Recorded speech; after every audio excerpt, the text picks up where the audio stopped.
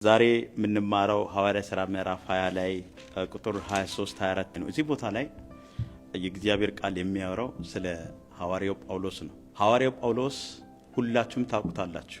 ሐዋርያው ጳውሎስ በብዙ ነገር ውስጥ ያለፈ፣ በብዙ ፈተና ውስጥ ያለፈ፣ በብዙ ጭንቀት ውስጥ ያለፈ፣ ወደዚህ ወደ ጭንቀቱና ወደ ፈተና ከመምጣቱ በፊት አሳዳጅ ሳኦል ነው ስሙ። አሳዳጅ ክርስቲያኖችን የሚያሳስር ቤተ ክርስቲያንን የማይወድ የተቀቡ ሰዎችን የማይወድ ነቢያቶችን የማይወድ የእግዚአብሔር መንግሥት ሰራተኞችን እየከሰሰ በየፍርድ ቤቱ እያቆመ የሚያሳስር ሰው። ያ ብቻ አይደለም፣ ጉልበተኛ ነው። ያ ብቻ አይደለም፣ ዘረኛም ነው። ያ ብቻ አይደለም፣ የተማረ ሰው። ሐዋርያው ጳውሎስ በተማረበት ዘመን አለ ከተባለው ከገማልያ ዩኒቨርሲቲ በጥሩ ውጤት የተመረቀ ሰው፣ ጥሩ ዕውቀት ያለ ሰው፣ ጥሩ መናገር የሚችል ሰዎችን ተናግሮ ማሳመን የሚችል፣ ሰዎችን ማስረዳት የሚችል፣ ሰዎችን መምከር የሚችል፣ የዓለም ሲስተምን ያውቃል። ፖለቲካው ወዴት እንደሚሄድ ያውቃል። የቱ ጋር መፈታት፣ የቱ ጋር ማሰር። በሰው ላይ ለምሳሌ ኬዝ ይሰራል።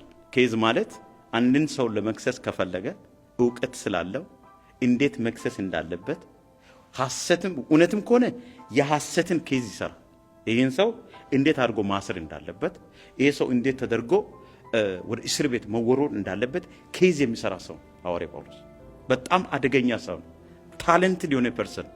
ይህን ሰው ነው እንግዲህ በደማስቆ መንገድ ላይ እግዚአብሔርን ሕዝብን እያሳደደ አሁንም ለማሳደድ እየሄደ በደማስቆ መንገድ ላይ ክርስቶስ ኢየሱስ በብርሃን ተገልጦ አይኑ ታውሮ ወደ ከተማ እንዲሄድ ተደርጎ እንደገና የእግዚአብሔር ሰው አይኑ ላይ እጁን ጭኖ እንደገና እንዲያይ የተደረገ ሰው። ሐዋርያው ጳውሎስ መነሻ ቃሉ ሐዋርያ ሥራ ምዕራፍ 20 ከ23 እስከ 24 ሄዳችሁ ስታነቡ በዚህ መልእክት ውስጥ በኤፌሶን ለነበሩ ተአማኞች የተነገረ የመሰናበቻ ንግግር። አሁን አንድ ሰው ወደ ኢትዮጵያ ሊሄድ ሲል ይሰናበታል አይደል? ሰው ተሰነባብቶ እንደሚሄድ ወይም ከኢትዮጵያ ወደ አሜሪካ የሚመጣ ሰው ይሰነባበታል። ምኑን? ቤተሰቡን፣ ወዳጁን፣ ፍቅረኛም ካለ ሚስቱም ካለ ደህና ሁኝ ብሎ። እዚህ ላይ ኤፌሶን ውስጥ ላሉ ለቤተ ክርስቲያን ለአማኞች ለአገልጋዮች ቁጭ አድርጎ ሐዋርያው ጳውሎስ እስራት አለ፣ ወንጌል ለመስበክ እየሄድኩ ነው። አንዳንድ ነቢያቶች አሉ የዛን ጊዜ ነበሩ። ሐዋርያው ጳውሎስ ይሉታል፣ አቤት እስራት አለ ተጠንቀቅ ይሉታል። መከራ አለ ተጠንቀቀ፣ ትደበደባለ ተጠንቀቀ፣ ትመታለ ተጠንቀቀ፣ ሰዎች መንገድ ላይ ይጠብቁሃል፣ ሊያስሩ ይፈልጉሃል፣ ወንጌል በነጻነት እንዳትሰብክ ባንተ ላይ ክርስቶስ አስቀመጠው ተልእኮ ራእዩ ህልሙ ወደ ግብአቱ ወደ መጨረሻ ወደ ደስትኒ እንዳትሄድ የሚያጋጥሙ እንቅፋቶች አሉ፣ የሚያጋጥሙ ጨለማ አለ፣ የሚያጋጥም መከራ አለ ብለው አንዳንድ ነቢያቶች ልክ በዚህ ዘመን ነቢያቶች ያገለግሉን አይደል? መከራ አለ እያሉ እሱም በዚህ ዘመን ለሐዋርያ ጳውሎስ ነቢያቶች ምን ብለውታል? መከራ አለ፣ ቢ ኬርፉል፣ ቢ ሲሪየስ፣ ቴክ ዩር ቢዝነስ ብሎ ሲያስፈራሩ እናያለን። ግን ሐዋርያ ጳውሎስ እዚህ ስፍራ ላይ አንድ ነገር ይናገር። በጣም የገረመኝ ነገር ለዚያን ጊዜ ለነበሩ ለነቢያቶች፣ በዚያን ጊዜ ለነበሩ ለፓስተሮች፣ በዚያን ጊዜ ለነበሩ በኤፌሶን ውስጥ ላሉ ለአማኞች ሐዋርያ ጳውሎስ እንደዚህ አለ፣ መንፈስ ቅዱስ ከኔ ጋር አለ። መንፈስ ቅዱስ ከማ ጋር አለ? ከኔ ጋር አለ። እኔ ለእስራት አልፈራም። እኔ ለሰው ድብደባ፣ ለሰው ንግግር፣ ለሰው ትችት እኔ ስፍራ የለኝም፣ እኔ ቦታ የለኝም። እኔ ከሰማይ ሰማያት የተሾምኩ ሰው ነኝ። በእኔ ላይ ጥሪ አለ። ጥሪው ማን አለ? ምድራዊ አይደለም፣ መኪና አይደለም፣ ጀት አይደለም፣ ህንፃ አይደለም፣ ገንዘብ ማሰባሰብ አይደለም፣ ቢዝነስ መስራት አይደለም። የኔ አንዱና አንዱ ግቤ ምንድነው? ግቤ ኢየሱስ ነው። ተልኮዬ ምን አለ? ተልኮዬ ኢየሱስ ነው።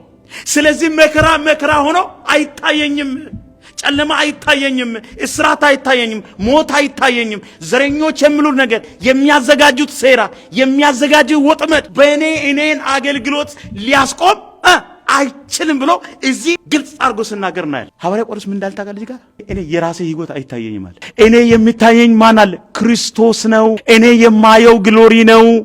እኔ የማየው ቅባት ነው። እኔ የማየው ወንጌል ሲሰበክ አያለው።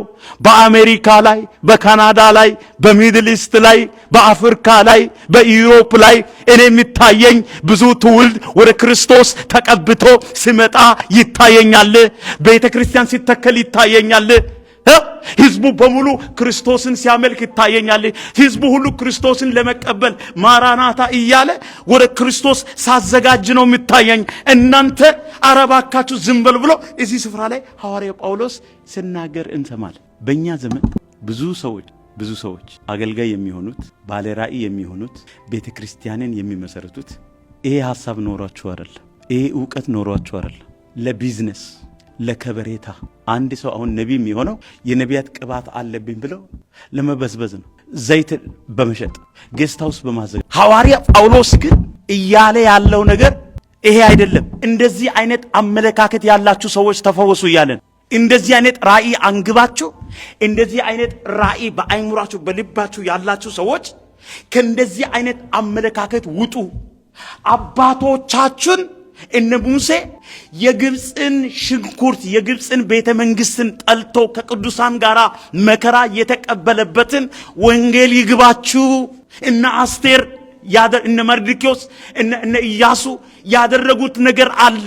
ለስኬት አይደለም፣ ህንፃ ለማሰራት አይደለም፣ ቲቪ እንዲኖራችሁ ብዙ ተከታይ፣ ብዙ ፎሎወሮች፣ ብዙ ቪው፣ ብዙ ኮመንት፣ ብዙ ላይክ እንዲኖራችሁ አይደለም። ዋና ታርጌቴ ይላል እዚህ ቦታ ላይ፣ ዋና ተልእኮዬ ይላል፣ ዋና አመለካከት፣ ዋና ፖይንቱ ይላል ክርስቶስ ነው። የኔ ህይወት ከክርስቶስ አይበልጥም ብሎ እዚህ ቦታ ላይ አስረግጦ ሐዋርያ ጳውሎስ ይናገራል። ዲዩሲ ሐዋርያ ጳውሎስ ታስሮ እንኳን መልእክት ለካ የሚያስተላልፈው የገባው እውነታ እኛ ብንሆን በቃ እግዚአብሔር አይወደኝም፣ እግዚአብሔር ረስቶኛል፣ እግዚአብሔር ትቶኛል፣ የታለ እግዚአብሔር በወቴ ቢኖር። ሐዋርያው ጳውሎስ ደግሞ መከራ እኔን ሊያቆም አይችልም፣ ረሃብ እኔን ሊያቆም አይችልም፣ ስኬት አጣው አላጣው፣ ገንዘብ አገኘው አላገኘው፣ ሰው ተቀበለ አልተቀበለ፣ እሱ አይደለም የኔ እይታ። አመለካከት አንድና አንድ ነው፣ እሱም ክርስቶስን ማየት ነው አለ። ትሳካልሃል፣ ትሄዳለህ፣ ትበዛለህ፣ ይጨምርልሃል፣ ጀት ትገዛለህ፣ መከራ። እንደዛ ነው ወይ ወንጌል? ወንጌል ከዛ መብለጥ አለበት። ወንጌል ከዛ መንደር መውጣት አለብን።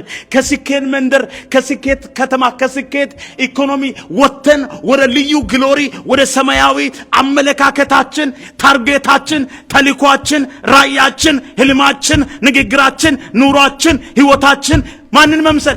ክርስቶስን መምሰል አለበት። እውነተኛ አገልግሎት በሞላ ጉባኤ ውስጥ መጥቶ መደፋት አይደለም። እውነተኛ አገልግሎት በጀት በመኪና ቪኤት አይደለም። እውነተኛ አገልግሎት መከራ አለ። እውነተኛ አገልግሎት ትሰደዳለ። እውነተኛ አገልግሎት ሰዎች ምን አይቀበሉ፣ ኢቫሉዌት ያደርጋሉ፣ ይገመግማሉ፣ ዋጋ ያስከፍላል። ዝም ብሎ መጥቶ የሆነ አልጋ በአልጋ የሚሆን አገልግሎት የለም እያለ ነው ሐዋርያ ጳውሎስ እዚህ ስፍራ ላይ። እሱ ጀግን ነው ይታይ፣ እሱ ትልቅ ነው ይታይ። ይሄ አሁን እኔ የታሰርኩበት ነገር፣ እኔ አሁን ሰዎች እኔን የሚሉት ነገር፣ አሁን ጨለማው የሚያወራው ነገር፣ ጦንቃዮችና መዋርተኞች የሚያደርጉት ሴራ፣ እሱ ለኔ አይታየኝም። ለኔ የሚታየኝ ሕይወቴን አሳልፌ የሰጠሁት ክርስቶስ ነው እያለ ነው። ችግርና መከራ መውጣት የምንችለው ክርስቶስ ላይ አይንን ስናደርግ ነው። በሁኔታ አትዩ። ሁኔታ ሌላ ነገር ይናገራል፣ ሰዎች ሌላ ነገር ይላሉ፣ ኢኮኖሚ ሌላ ነገር፣ ፖለቲካ። ይባካችሁ አይኖቻችሁን ከችግራችሁ አንሱ፣ ከሁኔታችሁ አይኖቻችሁን አንሱ። እስቲ በክርስቶስ ላይ ፖይንት እናደርግ። እስቲ በክርስቶስ ላይ አይኖቻችን እናሳፍር፣ ሐዋርያው ጳውሎስ እንዳደረገ።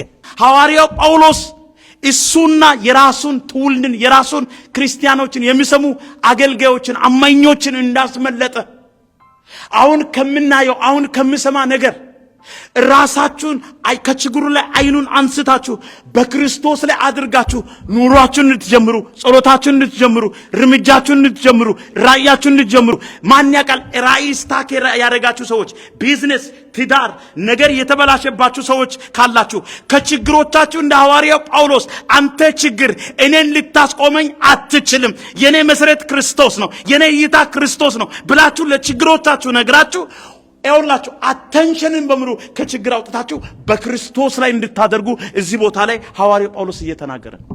ለተጠራነው ዓላማ እስቲ ጨክነን እንያዝ። የዛኔ